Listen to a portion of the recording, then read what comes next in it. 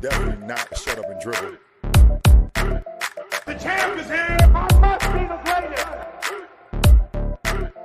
The champ is here. I'm going to continue to stand with the people. The champ is here. I will not lose. I'm a bad man. I shook up the world. Yes, welcome. You could have been anywhere, but you are here with we. My name is EJ, and I got my man, MH. He is the DB of the show, and we are Black in Sports, giving a voice to the culture that won't shut up and dribble. Here, interviewing the best professionals in the game and in the boardroom, and covering it all, laughing it all, while providing a platform to be heard. So you know what we do around this time, man. We got to welcome in our guests, all right? So this HBCU alum, all right, he received the American Football Coaches Association 30 under 30 award, all right? So that boy good. He was selected to be a part of the Bill Walsh Diversity Fellowship of Coaches, and I think he did a stint with the Washington Commanders. So excited to hear about that, man. Cleveland is a city where he comes from. Yeah, I got to throw a little bone thugs in there for you all. If you don't know, you younger generation, man, y'all Google that, look it up. He is currently the Director of Player and Recruiting Relations at Georgia Southern University. Please clap it up for Ulysses D. Hall. And we're going to call him Coach Hall for the day. We're going to call him Coach Hall today. Let's clap it up, man. Hey, so happy to have you in here, man. And you know how we always start our show, how we like to start our show is we do it with a shoot your shot moment. So with that, man, we ask you to tell us the shoot your shot moment. Could have been any time in life, high school days, early days, college days, or just trying to coach these young knuckleheads right now, you know what I mean? But invested in these people. You could have won or lost. So give us a specific story, a time you shot your shot. Man, I'd say the best time I shot my shot. Coming out of high school, bro. I grew up a huge Michigan fan. I shot my shot. I sat down, made the tape, sent it to Michigan. No feedback, bro. I'm lightweight hurt to this day. I've gotten over it. Not a no to nothing, huh? But it's just, you know, it wasn't in the cards, man. I still watch them. I'm still a fan. A little bit. I'm more of a fan of who pays me now. So, you know, this is where it is. But that was my shoot my shot time, man. I went for it. I love it. Coach, where your love for sports start? So it really started, man, from I don't know, man, since I've been a kid. You know, my mom told me a story one time. She said, and I believe her because she doesn't lie about anything. She's brutally honest. She said, when you were in the womb, I used to rub my belly and I would say, he's gonna be this tall, he's gonna play ball, he's gonna be this guy. And I'm looking at her like, Mom, be quiet. But you know, as you get older, you understand your parents and you understand their faith and you understand, you know, the things that she mean business, and her prayer life is business as well. And it's funny how I walk in everything that she pretty much said I was gonna walk in, man. That's where my love of you know, just ball comes. And then growing up watching it, my mom was the cheerleading coach for the Lions. She was the cheerleading coach for the Lions, dude. Like I can't say enough. I'm like, I would imagine. Now, I may not technically remember that, but let's just say if I'm always around it psychologically, you know, that's what I saw. So absolutely, right. Probably what I wanted to do. I got pictures on Instagram of her and Wayne Fonts, the old Detroit Lions coach. So I'm just like, man, this is crazy. So that's probably where my love for it came from. That's amazing. So, was mom's an athlete as well, or she wasn't dance pattern? She was in high school. My father played quarterback in high school. He ended up going into the military, but mom's played volleyball. Often, I was told by my grandparents she was the one out there trying to play tackle football with the guys all the time. So, you know, she wasn't afraid of nothing. They played volleyball, cheerleader, all that good stuff. So, yeah, she was an athlete too. Nice. So, born in Ohio, and you came right out with it. Because I was going to ask you about it. You're one of those, right? So, born in Ohio and was a Michigan. So, what made you like make that switch, right? Because that's like a hard stance, like growing up. Okay, so a little about me. A lot of people don't know. I was born in Detroit. Now, I don't claim Detroit because we moved to Ohio when I was 2.5, 3 years old. I don't know Detroit. Like, I don't pretend to know. I've been on a couple recruiting trips. That's the extent of what I know about Detroit. So it's hard for me to claim a city that I didn't really grow up in. I grew up in Cleveland through and through. I'm going to assume that my first football anything was Michigan. But my whole family, even my grandfather who's from Cleveland, both my grandparents, Ohio State fans. My uncle, my mom was like, I don't care either way. I'm gonna rock with you. What you want? Michigan, we going with Michigan. Right. But it my whole family, bro, they give me grief every year. Family, friends is all the time. So the last 3 years been pretty dope for me. I'm gonna be honest with you. Absolutely. Well, I'm praying for you this year. It's rough. It's rough. It's rough. So has it always been football? Was there anything else that you threw in there that you picked up sport wise? She started, when I say she, I'm referring to my mother. She started me off soccer. I played soccer from 5, I think, the flag football, basketball. I did run a little track in middle school when I discovered I'm not going to be a sprinter. I'm a big man, that's okay. Played some basketball, was a decent basketball player. I ain't nothing crazy. Played hockey. Literally played hockey. Man, I went through a Mighty Ducks phase, bro. Like I wanted to try. I went through a Mighty Ducks phase. I wanted to be Charlie Conway, Jesse and them, the Oreo line, going out. Wanted to check people in the boards. I went out, and the first thing they did after they taught me how to skate, I wanted to be a center. They said, "No, you're gonna be a goalie." So that didn't last too long. But I did play some baseball. It's funny. I got a family friend who always refer every time he sees me. You know how you call for time in baseball? He was like, man, when I taught you that, we playing T-ball. Every time you walked up to the tee, you just did it just to do it. Where you just look at the ref and just go, yeah. Look at the up and just, yeah. So baseball was definitely a thing. Got into my mom put me in Taekwondo when I was about 11. So from 11 to 14, I was able to earn my black belt. And that was something that kind of stuck with me. And really it worked wonders for me as a defensive lineman, man, with, just handwork. It taught me it's things that I have been able to go on and teach, guys that I've coached as well. So and that's big, right? Like, even with the martial arts, just talking about the discipline, bringing in a discipline from some other kind of area. And then definitely, from another defensive man, I was going to ask you, did you play defensive line and where you at? So, I rock with you. As soon as you said that, I was handwork on them. Oh, yeah, D-line. And you're right. It really did teach you a discipline. For me, it was relax, breathe. You know what I'm saying? Take a beat was really the big thing, and not be so quick to retaliate to things.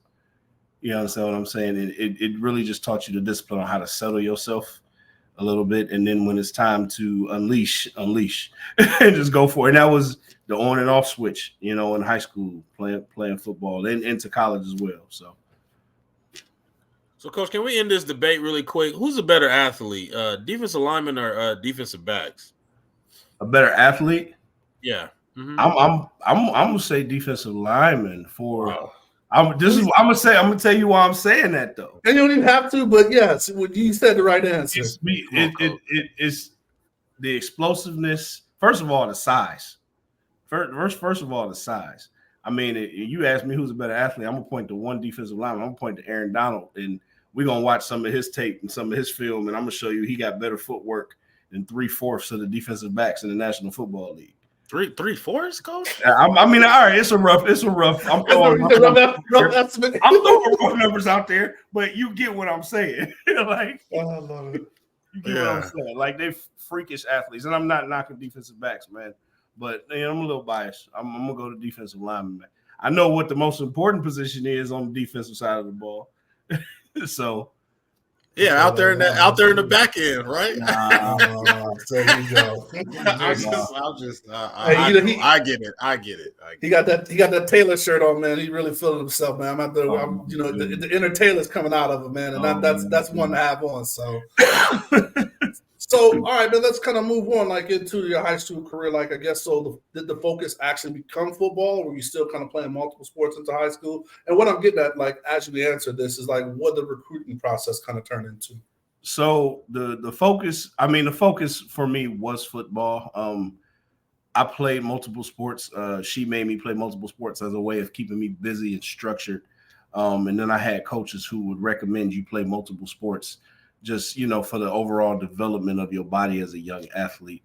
As far as the recruitment goes, man, I think pretty much I spent my first, you from Ohio, so I spent my first 2 years at Cleveland Benedictine.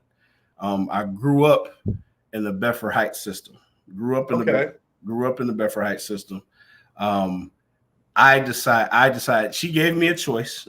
She's always given me a choice. I chose to go to Benedictine. One of my really good friends who was also from Bedford, and my Pee Wee Pow League coach was at Benedictine. So it was like, all right, we're gonna go to Benedictine. After 2 years, was able to be on 2 state championship teams. No, I did not play in the first one. I contributed a lot in the second one. But I ended up leaving Benedictine. So I went back to Bedford. That junior year, going into that junior year and before and after, the recruitment for me started to pick up. Was getting some interest from a lot of the Division I programs, a lot of the Big Ten, MAC schools. The school further south I had heard from up until I ended up at Shaw was Kentucky. So what really happened for me was going into, I had a couple of offers. Coach Ted Ginn, senior, yeah. He do his annual Ginn tour. I was invited to go on the tour. It was a blessing for me. Got a chance to put myself on display in front of a lot of coaches, programs, scouts, if you will, at these universities. Came back with a few offers. Felt good going into my senior year. Our first day of practice, man. I remember like it's yesterday. First day of practice, we going through routine walkthroughs of a defense we ran a million times the previous year. Freshman linebacker, I'm just walking through, wrap up a running back. Freshman linebacker runs into my elbow. You're a freshman trying to make, hype. Yeah, it is what it was. Ran into my arm, both ligaments go.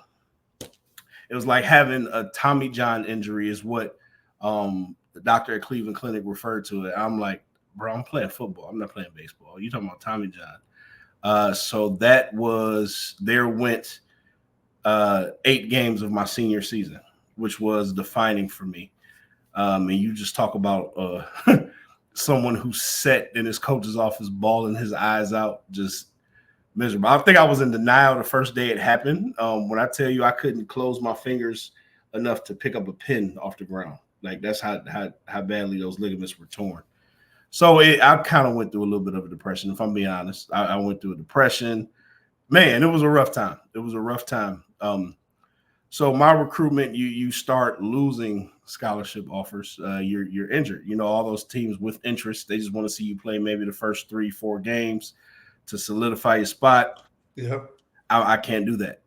So, it worked out for the best. I ended up at Shaw University. Let me back up a little bit. I'm getting ahead of myself. Going into that season, I was the preseason all-conference defensive MVP. So obviously highly decorated stuff. It was anticipated I was going to have a good season. So I didn't. The coaches still selected me to play in the All-Star game at the end of the year, after only playing 2 games, which was a blessing. I was able to go to Shaw, and the rest is history, man. The rest is history. I'm glad I ended up at my HBCU. That's awesome. I needed that HBCU. Now, which All-Star game did you play in? Was the Big 33 still going on around that time? It was going on. It was the Big 33 and the East-West All-Star game. So did you go to the East-West? I went to the East-West, and at that time, they only let you play in one. Yeah. I was trying to get to 2, but they were like, had you played, you might have played. The Big 33 was a personal goal, man. I always had lofty goals. Like, I wanted, didn't get it. But, the East-West All-Star, it was a blast, man. We played it right at John Carroll University, man. So it was fun. So give us that HBCU experience, man. Like, that's why we definitely point that out. And we're going to get some other questions kind of, in your career stuff. But just give us that HBCU experience. Shaw University is one of the first or is the first maybe HBCU that was in North Carolina. So like being the first of anything comes with its stature, but it comes with its challenges and things like that to be HBCU as long as it has been. Mm-hmm. So what was that experience, man? Like, because I can see the joy. He's like, I'm glad that I went there. I am. So the funny part is, and I don't talk about this much, I got there and I was like, what is this? If I'm being all the way honest, the dorms don't look like what the dorms look like at Illinois, at Iowa, at Notre Dame. Some of the places I was visiting, Wisconsin, it does not look like that. The facilities don't look like that, so you get there, and you just like, what? Now, did you see Wilberforce or Central State at all before? I had not. If I'm being 100% honest with you, HBCUs weren't a big deal growing up. Like my mother and my grandmother didn't stress that to me. They were stressing college. Like just get one, right? It was college and find something, whether it's your academics, whether it's your athletics, to where you don't have to pay for school. It was always instilled in me. We go to college around here, sir, and academics is priority, or you not playing. So that was what was instilled in me. It wasn't about, in my household, it wasn't about HBCU. So that kind of came late. I didn't grow up, knowing about that. There was no Divine Nine. My grandmother attended. She was a nurse, so she didn't go to like a big school. My mom was at Cleveland State, and she ended up stopping at Cleveland State to take care of me and at the time my younger brother. But it wasn't, it just wasn't a big. We going to school. That was what it was about. You know what I'm saying? So I didn't know the history, the origin, the lineage. So when I got there again, I'm looking around and I'm just like, this is not where I've been. It was a little different. You talking about the black guy who most of my hood experience come from relatives and on my grandmother's side of town. I grew up in Bedford Heights, Ohio. You know what I'm saying? And as much, and I'll say this to everybody who gonna see it, as much as my people in Bedford at the time loved to pretend that we was the most, I'm like, no, we not, y'all. We not. Like it's just not having grown up now and been places. It's like, dog, we had it good, bro. Like seriously, we had it good. We knew the cops in our area. Put it like that. So it just wasn't like that. So it was, in a way, going to Shaw. My first year was kind of my black experience that I needed. Like I knew I was black. That wasn't the issue, but it was just you just don't know how some other people have it. You don't know. Absolutely. You know what I'm saying? I wasn't rich growing up, but I wasn't rich. I didn't want for anything. And that's from a single parent. I still never really wanted for anything. So being there, did you play in any classics? Like, just trying to figure out, like, a lot of times there's the HBCU certain classics that travel, and just so the experience is in. Did you play in any? We played in Sacramento. We played Texas Southern. I don't remember the name of that game because I was there, but I didn't play. It was my redshirt freshman year. Okay. Yeah. So I don't remember the name of that, but it was out there in Sacramento. So that was like, we were pretty good at Shaw, man. We were able to win 3 conference championships in 4 years. Like it was a great experience, man. It was just, all of it, man. I wouldn't change it. I just wouldn't change it. Love it. You got something before we move on, Mitch? Yeah, just well, we can move on, but I guess and we'll get more on this into like your coaching career now. But just kind of wanted to touch quickly on the transition period. Obviously, you talked about fighting through adversity, being injured, and the recruiting process. And I know you deal with athletes now, but for yourself, how was that transition period, and how did you deal with that, overcoming that? I had a parent, and shout out to all the black women out there raising their babies. I had one that just, I refuse to let you be depressed. I refuse to let you think that all you are is football. I know that this is what you want to do, so we will get healthy. We will find a way in a school to put. We will find a way. We'll find a way. And that's the shit. There was no plan B. You're going to be helped. We're going to get you healthy. We're going to rehab. We're going to do the things that we need to do. And you're going to go play at someone's school. So for me, that transition, if I'm being honest, was was about a mama who refused to let me say, no, I can't do it. No, you can. You'll be fine. It's all right. We're going to get through this, baby. If this ain't the toughest obstacle you're going to go through, you're going to look back at this and be like, this was easy. So, I mean, that was what my transition was like. That's just what it was. I'm gonna pick you. If you struggling right now as a young man, I'm gonna pick you up, and we're gonna figure this out. And that honestly, that's what it was. That's what it was. All right, so we're gonna move into your career. We call this in the game. Okay. And just want to talk about, so you do coaching, right? You've been a coach at several locations, some amazing locations. We got to look over that, man. But you also do the scouting.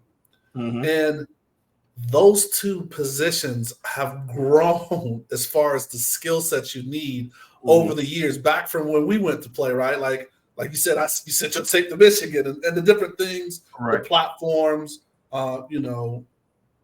It was out there, but it wasn't as big as it was. Scout Doc, all these other things. What do you like best about each role? Like, what's one thing that you love about coaching and one thing that you love about scouting? Just to kind of kick it off. Coaching, I love the direct interaction I have with the players as a coach. I always ask people why you coach, because I think it's a realistic question.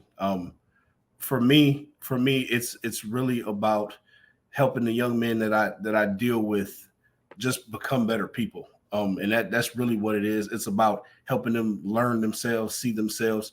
I'm one of those people who I will constantly remind everyone that I think, at least in our community, the Black community, a lot of our failures, I think, is to a lack of quality men doing the things that we're supposed to do.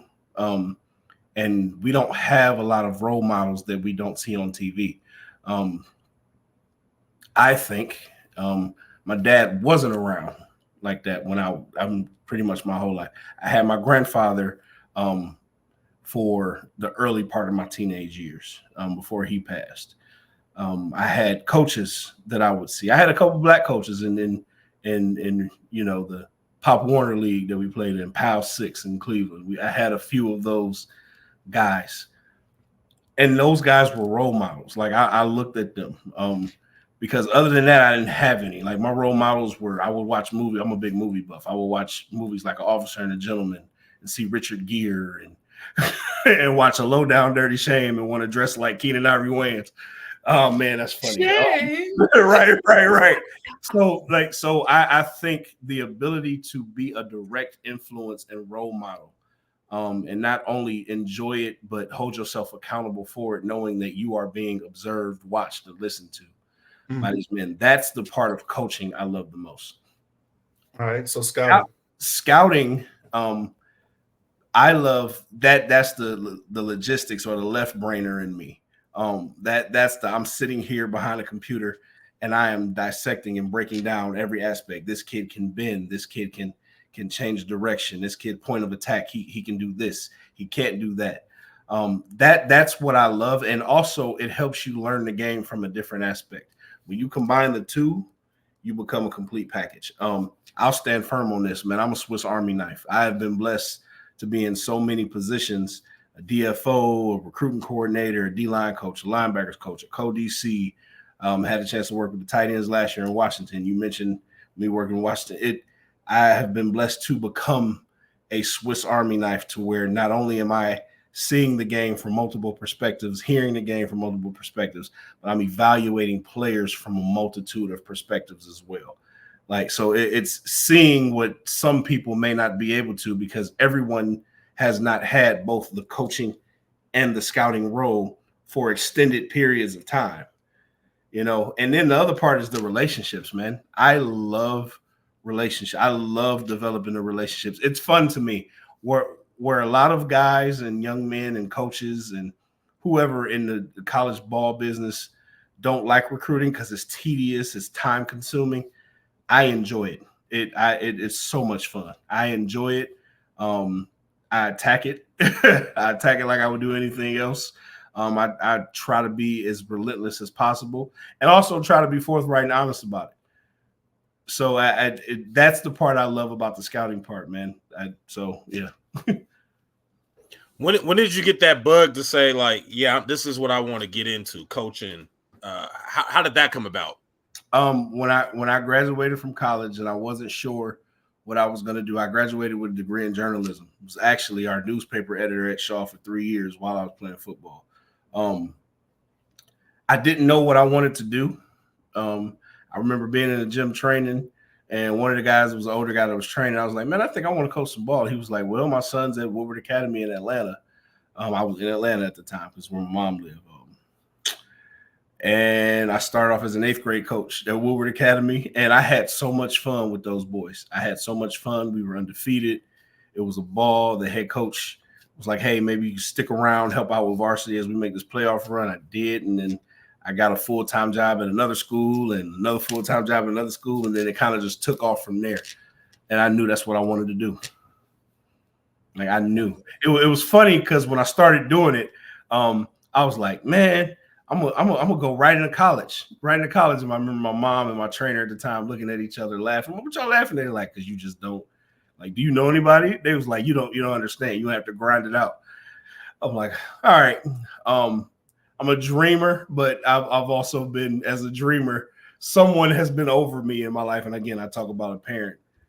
This is how you make it happen. Like, so you dream big and go out there and make it happen. So that's what I knew, man. I always knew I was going to do something in sport. I always knew that. Like the nickname, all of that. I knew I was going to do that because that was my passion. So. And talk about that grind part. I love where you're at now, but there's layer to where you got to get there.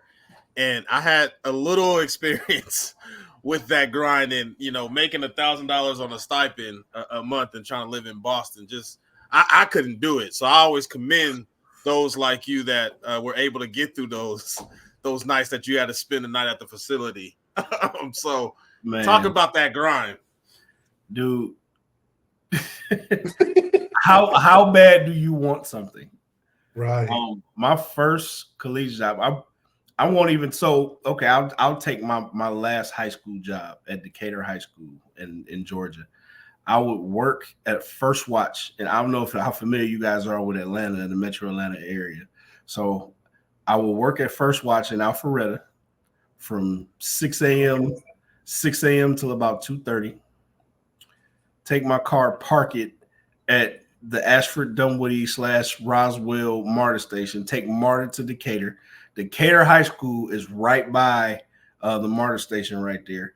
Walk over, coach football from about 3:30, 4 o'clock, pretty much till about 9, game planning, making sure the uniforms was washed, that type of stuff, getting back on, catching MARTA, back to the car and going home. Got the 30 under 30 award. I literally was on MARTA. We had finished. Mom and I were doing a 5K somewhere. I was doing a 5K with her. Don't worry, I wasn't running it. I was walking it. But we were doing a 5K somewhere.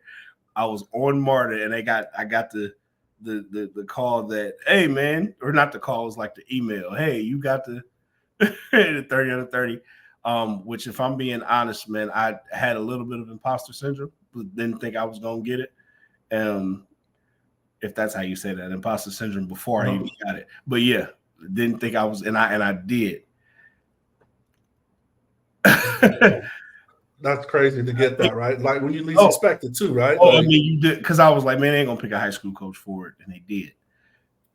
It kind of increased my grind. I got there, I saw it, I had the opportunity to. I'm sitting face to face with Ron Zook. Like Coach Zook probably don't even remember this. I remember it. A young Dave Aranda at the time, like young, like, you know what I'm saying? You sitting there with all these coaches, even some of the coaches that I was playing against at the HBCU level that I was with. Mac Brown. Like, I got a picture with Mac Brown, bro. Joe Taylor. I'm just like, I'm sitting here at the table with these dudes, talking ball and talking life. What it did for me was it kind of increased my desire to want to do this. My high school D-line coach at Benedictine, Rick Finati, And then when I come back, he gets hired. Jim Harbaugh goes to Michigan. Rick Fanatti, who at the time is the head coach at Cleveland St. Ed's, gets the director of football operations job at Michigan. We had stayed in touch via Facebook. He hits me. He's like, hey, Jim Harbaugh's holding a camp. What are you doing? Get your tail up here. Like, he knew I was a Michigan fan. Like, you know what I'm saying? He knew Exposure U is what they called it in 2015. They called it Exposure U. I go up there. I'm a camp coach. I'm sitting up here with Greg Madison. You know, I'm sitting with all these coaches, had a chance to meet Coach Harbaugh. I come back to Decatur. I'm like, all this knowledge, I done got all of this. I'm getting ready for the season. You know, we getting ready to get into our 2016 season. I get a call. I look on the scoop. There are college jobs. You know, I'm applying all the time. I finally get a call from Coach Tom Watts, Ohio Wesleyan. Now, the crazy part about that is, at the time, I was in Ohio because Mom and I were visiting my grandmother. But we were prepared. We were getting prepared. You know, I was getting ready to come back to, you know, play my season at Decatur. You know, figure out what was going on, what I was going to do, because my mother was going back to school at Cleveland State. I go to Ohio Wesleyan. I interview. Long interview. Nervous. nervous. They take me out to eat, bring me back, interview me some more. Defensive coordinators in there just picking me apart. You know what I'm saying? Let me see what you know. Apparently, I handled it well. Coach was like, you know what? We'll give you a call. Man, I got home 3 hours later. That man called me, said, hey, you know, we want to offer you the job. I was like, dude. But what it did was it increased my grind. It really did. I was like, man, I can do all this. Because when I started, I had a goal. I was like, man, by 30, I got to be a college coach. You want to make God laugh, tell him your plans, man. And that's just what it is. Tell him your plans. God's got jokes, boy. 26, I was in college. And the thing is, and I feel like at the time I wasn't aiming high enough, because I'm sitting here at Decatur, a recruiting liaison, dealing with Hugh Freeze, dealing with Dabo Sweeney. Like, my aim for myself should have been higher, if I'm being honest. It should have been higher. But again, I'm 35. It was almost 10 years ago.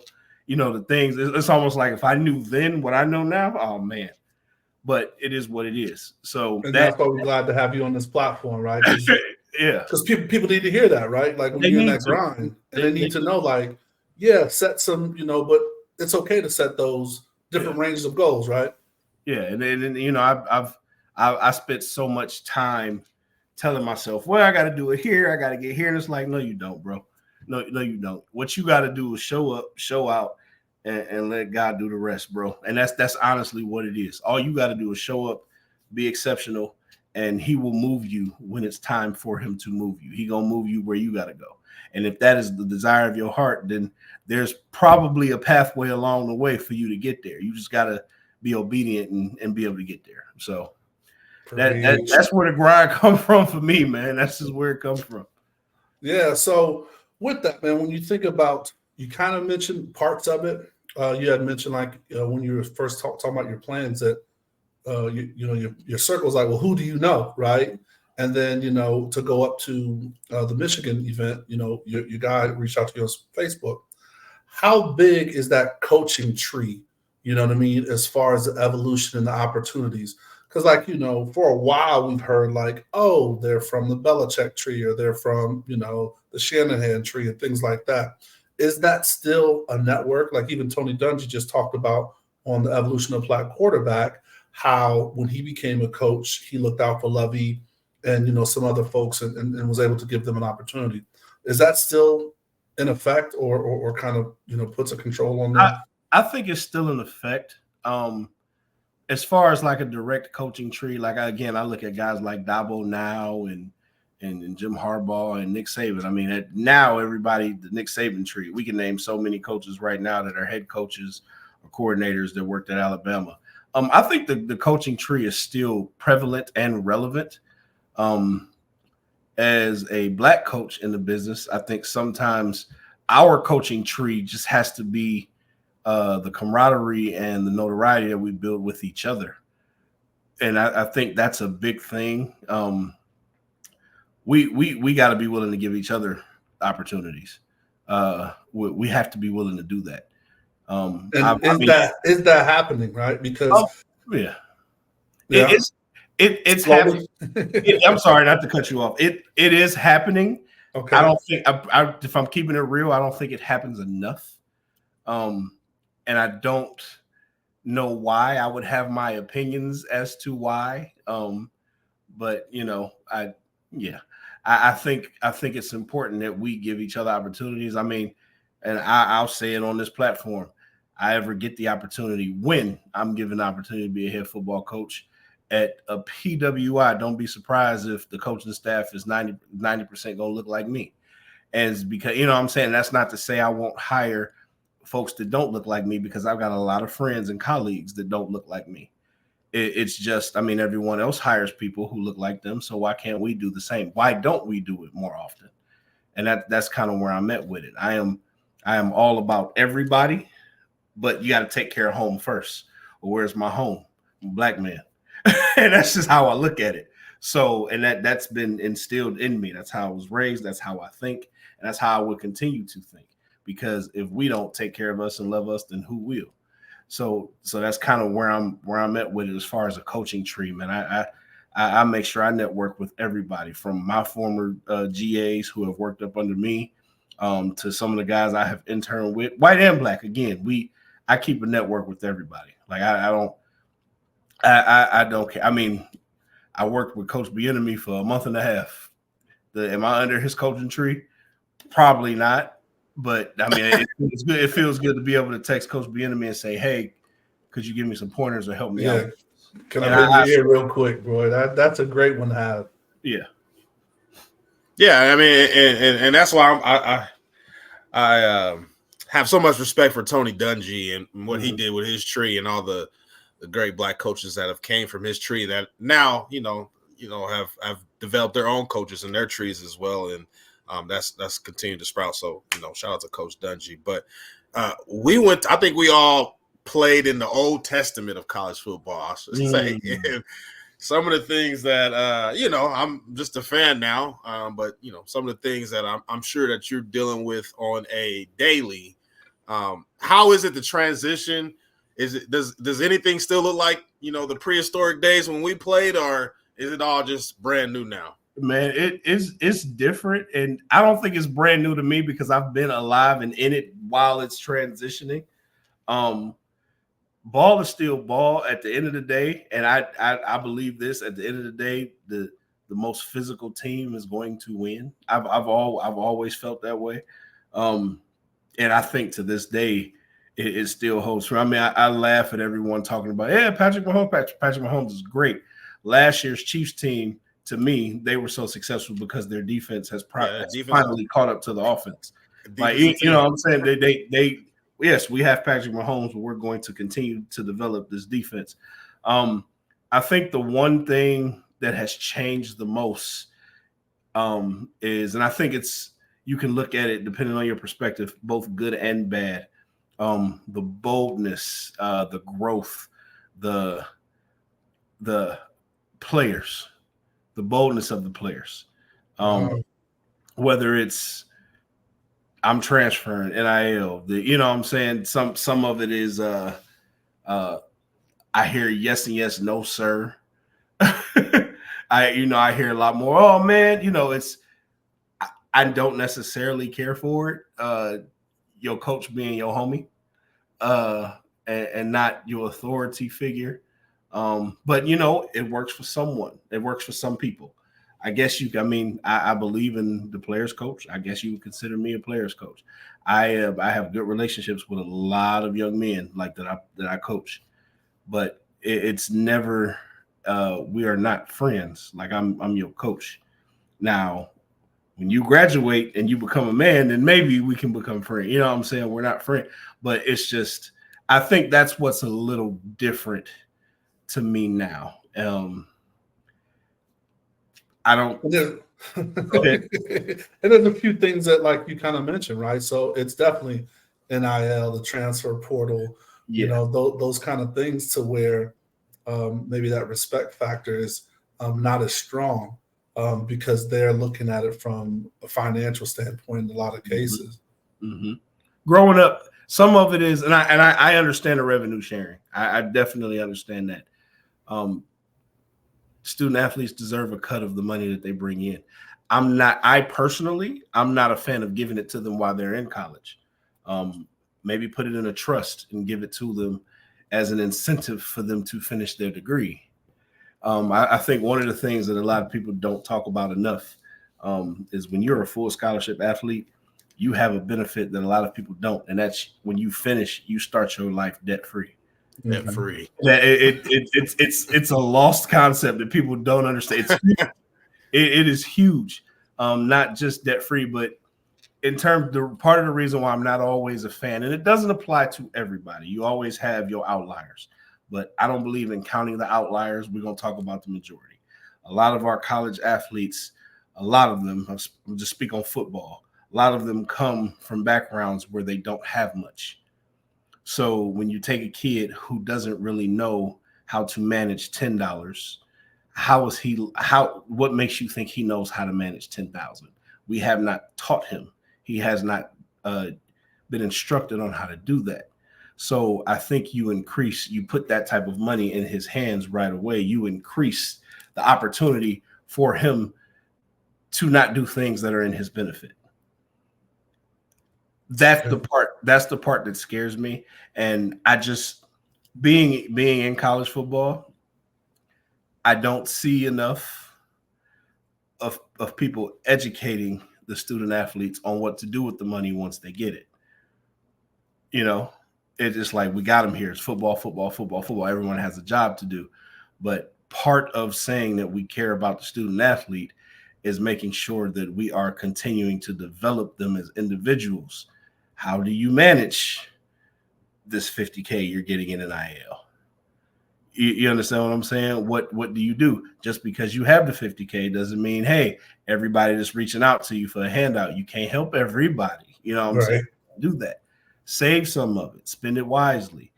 You know what I'm saying? Having this money doesn't allow you to do and say certain things just because you have it. There are so many things that I think we don't necessarily prioritize. It's just give them the money, get them here. Give them the money, get them here. and putting the structure behind that stuff, right? Like, so who there's responsibility, right? Like, it's like, okay, I'm a coach, right? But am I supposed to be a coach and do all these things? Right. You know, and it's like you put this one aspect in it, or a couple aspects, right? Because even the transfer portal, I think a lot of things in life are really understanding or teaching, like there's a cause and effect, right? Like you may choose something and it may have this direct outcome to it. And I think having like we couldn't just transfer, you had to sit out of the year. So that made you really think before you wanted to transfer, right? Uh-huh. So I think those kind of things, as far as a contractor, like, hey, I'm going to give you this money, but like you said, you got to play a full season, or just understanding like the certain rules before that, or if there's some deductions. I agree with you, right? Like all those changes are happening, and when you're talking about the respect of the student athlete, where did those things come, man? So it's going to be an ongoing conversation, man. And we're excited to have people like yourself, and as we all kind of see this evolve, and it's great that you're in it while it's kind of evolving, and you're sharing these tidbits like you are with us today. Now, I do want to kind of talk to you about with all the conference realignment, right, and the movement. So the Pac-12, right, like we are West Coast, you know, we got a chance to see a lot of the Pac-12, but we're also here around the Mountain West, you know, being here in Las Vegas. And they're both moving very aggressively to kind of do certain things and bringing schools like Sac State and Gonzaga and things like that, elevating them into a new platform. Do you see that as opportunities, or more opportunities for, you know, coaches like yourself to get in those bigger leagues and just get more exposure? Or is it just kind of more of the same? I think two things can be true.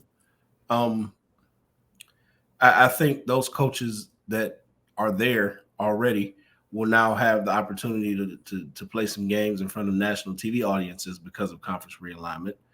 And I think where the other part is true, just more of the same. I think the onus is, and again, this also is two things can be true. I think the onus is on some of the presidents of the universities and the athletic directors to make those hires that don't necessarily fit what you usually have. You know what I'm saying? If you don't have a history of a winning program, then up until this point, everything that you've done, it really shouldn't matter. Why are you doing it the same way? Why not hire a coach that doesn't look like you? Why not? Give him an opportunity. If it truly is about, and I call people to the carpet on this, if the people who make this statement, and it irks my nerve, I don't see color. Okay, we'll unpack that later. But if you truly don't see color, then make sure you give opportunities to people who don't necessarily identify with what you identify with. And I'm blunt. We just talking about race. And that's what it is. We're just talking about race. You know what I'm saying? Give us the opportunity. You know what I'm saying? Just we have several coaches in the industry who have been given multiple opportunities and continue to not have success, but yet they get opportunity. Absolutely. There are a lot of us, people that look like us, who we don't get multiple opportunities to be a head coach. 100%. Whether we violate the rules or not. Yeah, we don't. It's like we get one opportunity and That's it. You got to prove yourself again. Why do we have to continuously prove that we can do it? Sometimes it just doesn't work out.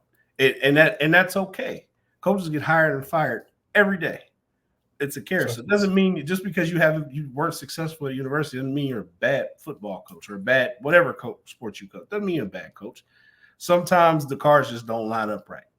And we're seeing that with Brian Flores, right? Like whatever happened in Miami, it just happened, owners and all of that. And that's the crazy part, because I'm sitting here, I'm watching these games, and I'm not watching them live. Sometimes I go back and watch them, because we have access, and Minnesota's defense is doing some things that are like right now that are ridiculous.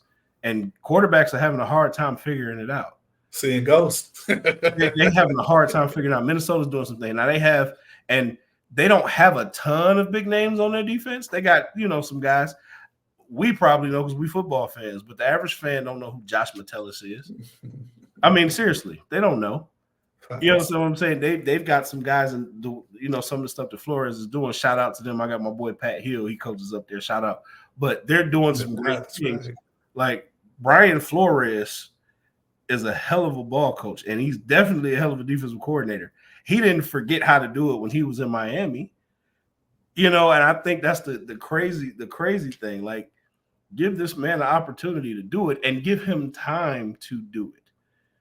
There are certain coaches who have never had winning success, but they're given 3, 4, and 5 years multiple times, and it's just a head scratcher. Like, come on, man.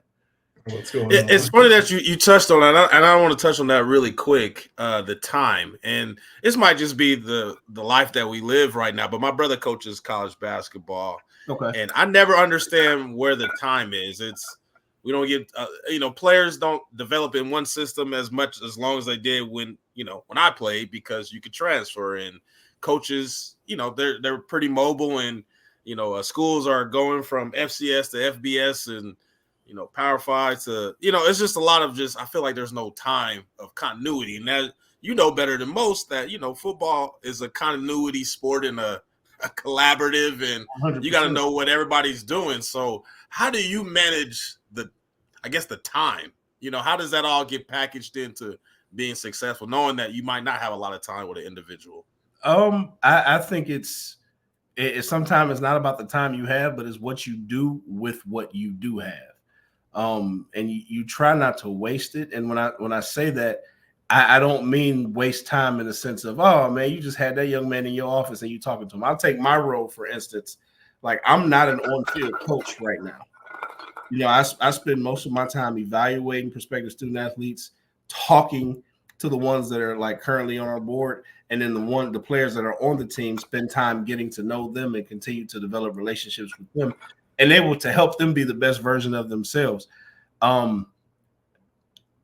Me having a conversation with a kid, to me, that's using the time wisely, because that one conversation could be the difference between him deciding to transfer or stay. So I think it's what you do with the time. I think it's important that athletic directors all over, presidents, you give a coach time to be successful. That old cliche, Rome wasn't built in a day. Well, yeah, duh. I mean, if You understand what I'm saying? If you have a program that has a history of losing, you bring in a coach in just 3 years, just like that. Well, sometimes it takes 3 or 4 years for that cycle of that weight room development to happen. Now you got a bunch of seniors, and It's a whole different ball game. and not only that, you know what I'm saying? Success is infectious. Just like failure can be infectious if you let it be, but success can be infectious. I'm in this program. I come in as a freshman. I see these seniors, man, they putting in, they grinding, they winning. That's a cultural thing. So guess what? This group of freshmen is going to do when they're sophomores. They already 2 years ahead of where those seniors were when they got there. So now you have a winning program, and it's a trickle down effect. So you have to give guys time. I don't think any coach that's hired comes in and says, man, I'm going to ruin this place. I don't think that's career suicide. No one does that. You have to give guys time. And again, I'll say it, put emphasis.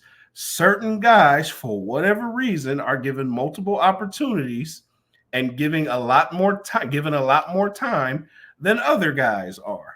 For whatever the reason, I don't know, but we'll rub that elephant eventually that's sitting right here in the room in the middle of the floor.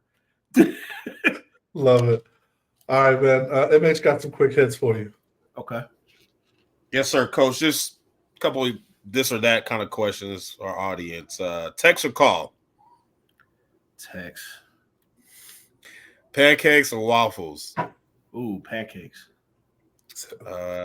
Apple or Android? Apple. Early bird gets the worm or late night grind? Early bird gets the worm. Breakfast or dinner? Ooh. Breakfast. Let's go breakfast. Kevin Hart, Cat Williams? Cat all day. Hero or villain? Ooh, it depends on the show. If it's Batman, I'm going villain. If it's Marvel, I'm going hero. I got you. You gonna play it safe and go into overtime, or you gonna risk it and win in regulation? Man, that's a tough one, man. Because man, can I be in between? I hate that. It's like black and white. Coach, we Come on, Coach. The time's ticking, man. We got to You know what? We got it. We going for 2, or we kicking the extra we gonna win it in regulation. Let's go. My guy's gonna rock with me. I ride with him. We gonna win it in regulation. Let's get it. One track that never gets old. For me, I am the way that I say I am the way I am. Never gets old for me. Loving basketball or the wood? Oh, the wood. Bro. The wood. The wood. We're gonna end it on that. There it is. What do you say? I'm curious. Oh, 100% the wood. We got some it's- people that don't know movies. Don't know. It's the wood. It's the wood, bro. Yeah, it's 100%. The wood. Oh, I love it. And I got a quick one for you, man. So back to your music review days when you picked the hot albums, man. One Direction or One Republic? Ooh, One Republic. There you go. All right, man, we're going to jump into the winner's circle. This is kind of where we talk about just the platform or, what the outlook is for the future, man. And one thing I guess I wanted to start off with is we attempted to touch, or at least you brought it up, journalism. All right, so that was kind of the degree. One part is, with that, man, are you looking like down the line ever to, and I know you've done it at certain conferences thing, but like to be in the broadcast or media or just a speaker at that point? I've done some speaking. Mm-hmm. I had an opportunity to speak at the Browns Youth Clinic last year, and I spoke at the FCA convention this past year. I honestly don't know, but I'm prepared for it if the opportunity presents itself. There it is.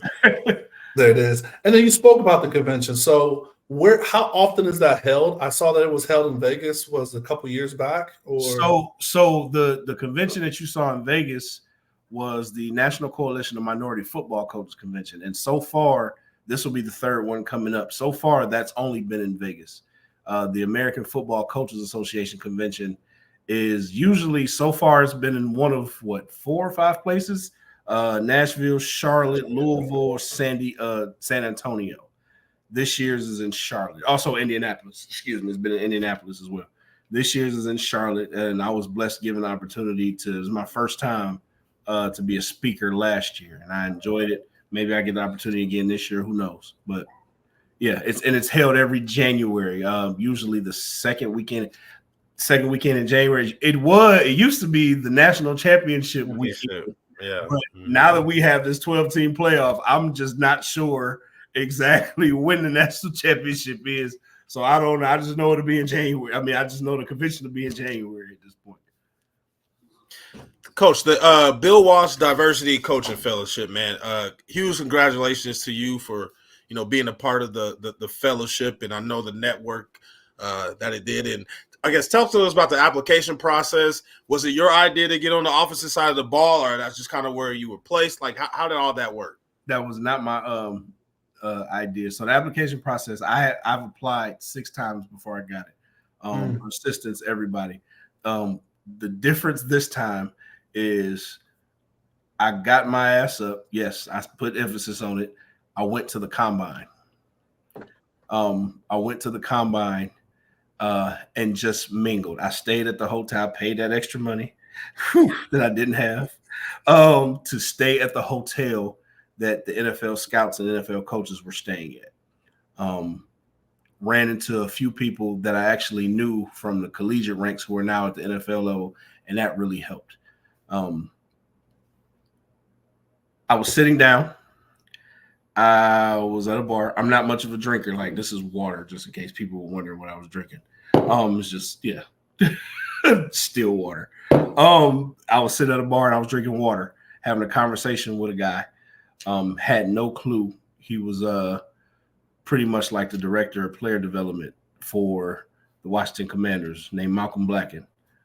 And he told me who he was before he left. 2 weeks later, he gave me a call and said, hey, I have some say-so on this Bill Walsh. Would you be interested in doing it? I know you're a defensive guy. I don't have any more room for the defensive side of the ball. Would you be willing to work on the offensive side? I'm like, Coach, yes, absolutely.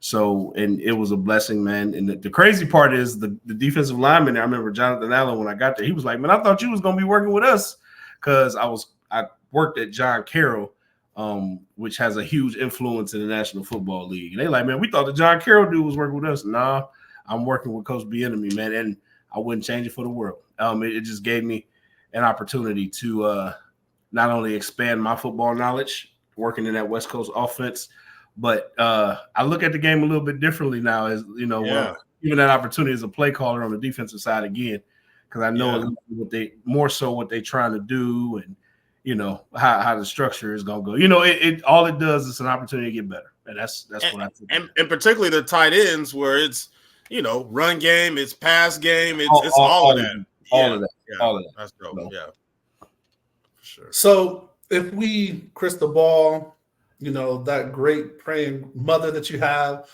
what is that dream job, right? Like, what are we, after we've learned through this journey, what are we setting that bar for? Like, what is it that we're going to see Coach Hall at? What's that dream job? Head football coach at the University of Michigan.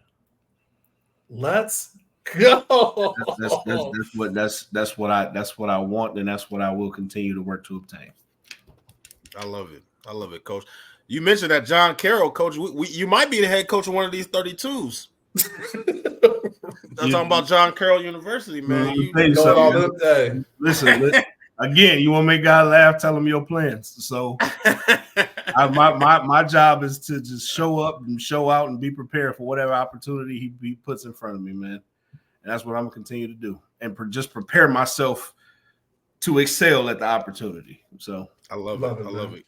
All right, man. Time flies when you're having fun, man. So this is what we call the assist, or dropping a coaching gem. So as a coach, I'm pretty sure you got a lot of quips, a lot of motivation. But what is one that you would tell maybe your younger self, or one you want to tell our audience, but just kind of like a life of philosophy or words to live by? Just a quick quote. Biggest word, leadership, man. The most important thing to remember about leadership is you leverage your authority for the benefit of those up under it. So, layman's terms, it ain't about you, bro. Like, the best leaders make it about the people that they're leading. And that's my quip. You leverage your authority for the benefit of those up under it. And that's whether you running your household or you running a football team. And that's how I look at it. Boom. Love that, man. All right, MH, man, take us out, man, with the final thoughts. 100%. Appreciate you, Coach. I know you in the middle of the season, man. You gave me another reason to support Georgia Southern, man. I can't wait to see the rest of y'all season, man. Check us out, man. Lock in on it.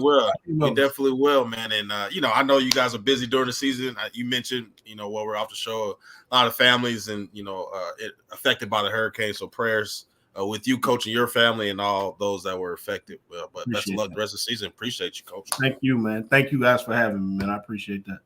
Absolutely. And then, just for all of our listeners in that, that Georgia area, man, if you look for something to do on a Saturday or Friday, check out that schedule, man. Go support Coach, man. And is there any other way we can support you, man? We're going to put your social and all that good stuff in the show notes. Was there any other way that we can support you, Coach? That's the best way, man. Social media. I respond to DMs. I respond to DMs. So if you all have questions, any other the prospective student athletes, parents who have young prospective student athletes that are just looking for an opportunity. I'm not promising you an opportunity at Georgia Southern, but I will promise you that I will assist you in leading your young man or young woman, if I can help, wherever it is that they need to and want to go. Just hit me up. I have no problem. Hit me up. That's huge, Coach. And when you get that head coaching job, man, come back on Black in Sports, man. We ain't gonna be too big by then. Listen, I will, man. Yeah. That's what it is. Hey, and now all we want to be like, hey, you heard it here first. That's what we want. Yeah, exactly. I will, man. I'll be back. I got a feeling this ain't gonna be the first time we be on here, man. Man, I love it, man. Well, hey, Coach, man. Definitely appreciate you, giving us the time, all the ways that you're going to help the future, our future players, is just kind of keep the game growing and people knowing.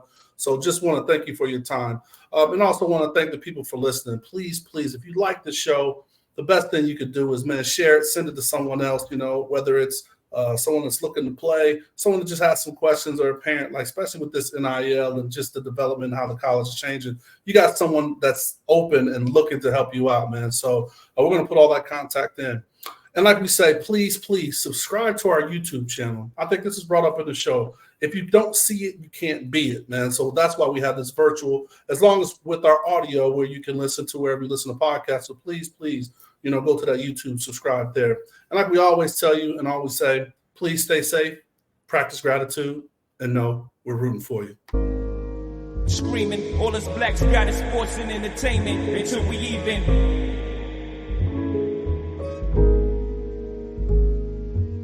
Assuming I'm rooting for everybody that's black. Yeah.